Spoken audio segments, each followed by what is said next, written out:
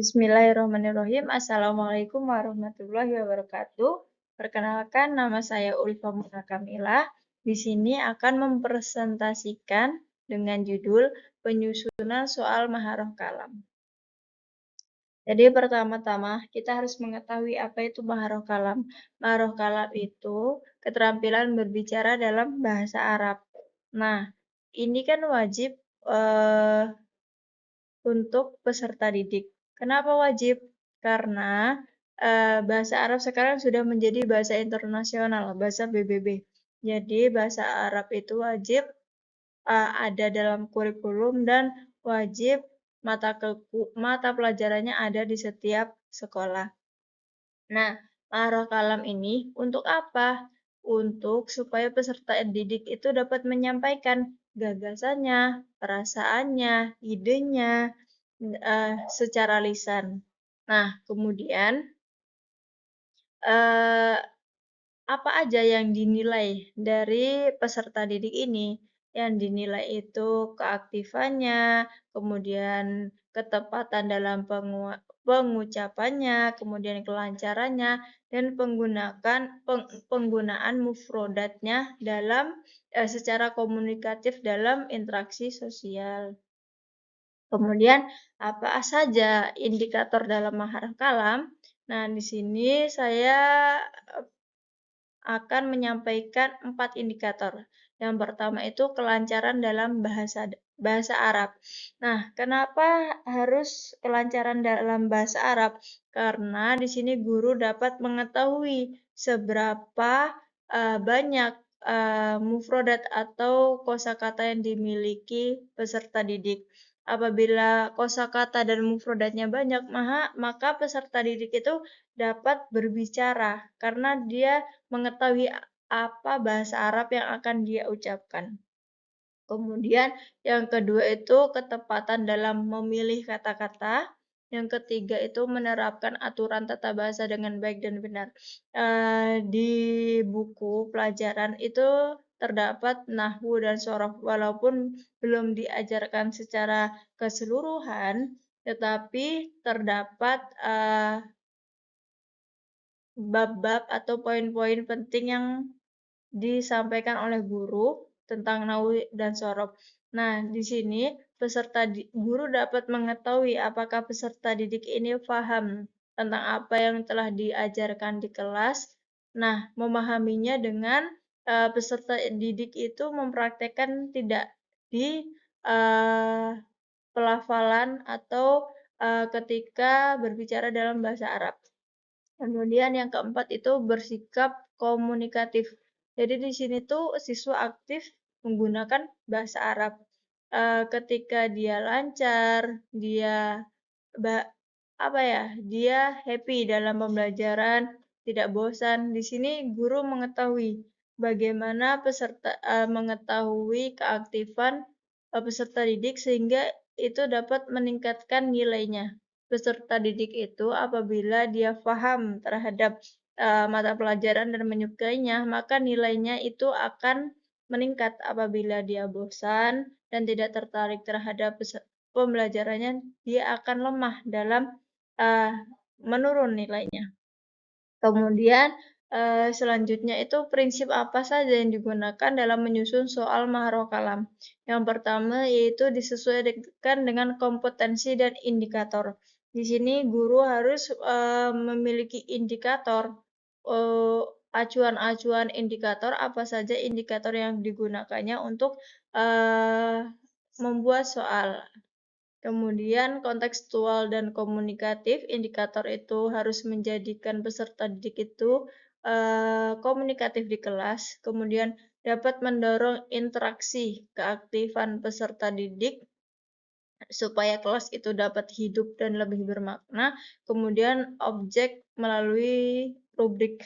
Nah, dari indikator tersebut, guru itu dapat membuat rubrik penilaian sehingga nilai rubrik itu tidak bisa lepas dari indikator tersebut yang telah dibuat guru. Kemudian memasuki soal.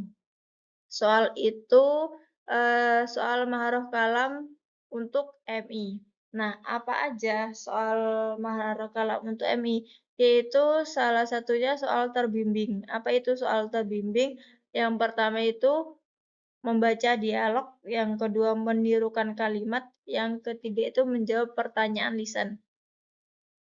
Nah, apa yang dimaksud dengan membaca dialog di sini? Di sini terdapat contoh peserta didik itu maju di depan kelas dan membacakan dialog yang telah disiapkan oleh guru. Salah satunya contohnya itu pengucapan salam dengan baik dan benar. Contohnya Assalamualaikum. Waalaikumsalam, Mas Muki, Ismi Fatimah, wa anta Ismi Zaid. Nah, di sini peserta didik dianjurkan dapat menirukan dialog tersebut dan dapat membacanya dengan baik dan benar. Nah, kemudian yang kedua itu menirukan kalimat. Apa itu menirukan kalimat?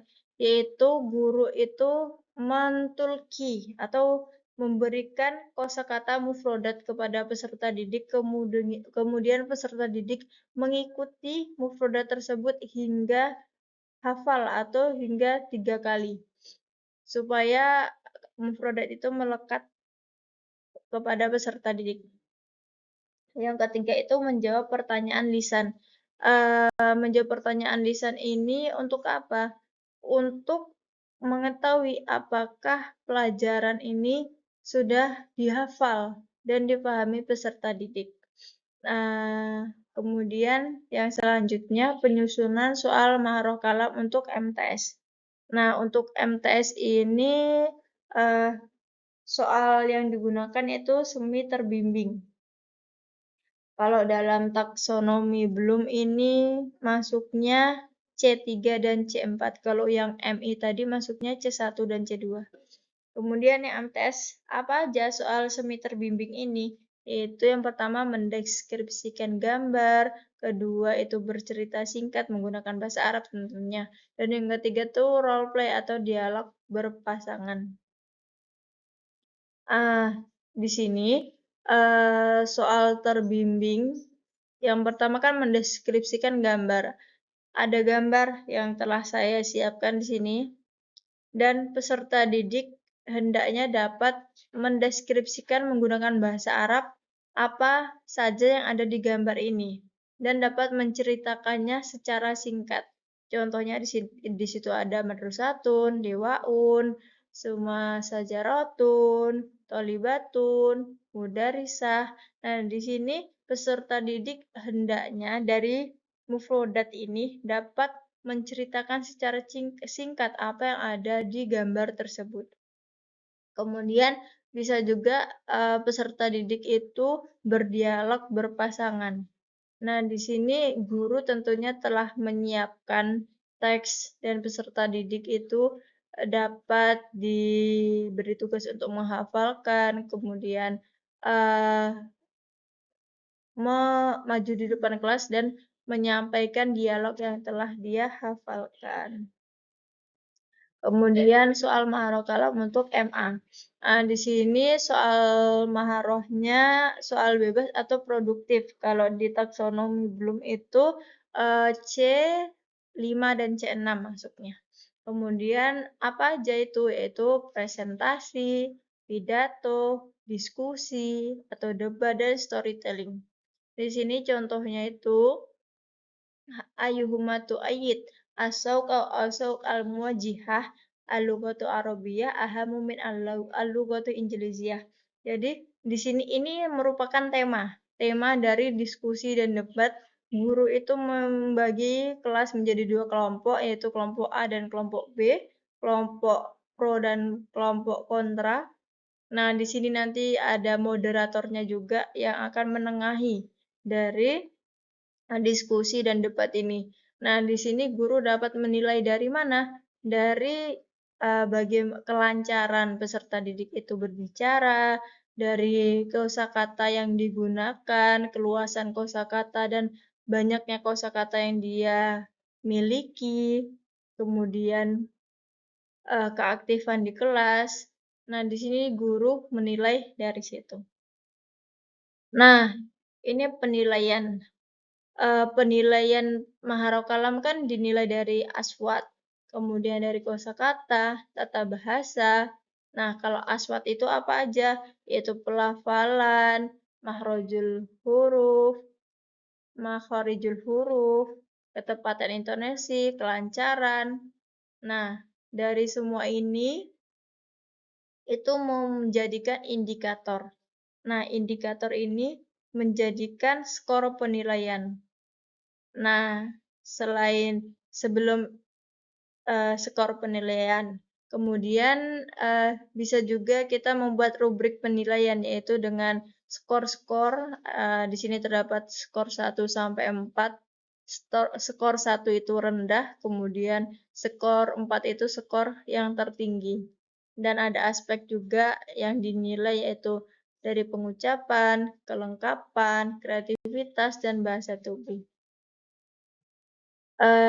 Dari presentasi tersebut, hendaknya guru dapat membantu guru untuk memahami bagaimana membuat soal Maharokalam untuk peserta didik di MI, MTS, dan MA. Terima kasih. Sekian presentasi dari saya. Assalamualaikum warahmatullahi wabarakatuh.